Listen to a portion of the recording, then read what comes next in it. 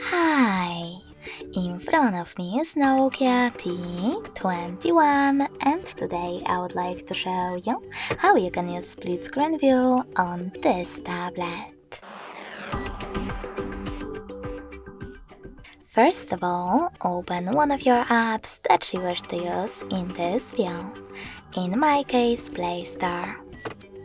Now tap on this square button to access background apps and click on the icon of your app. Finally, click on Split Screen and select the other app, like Chrome.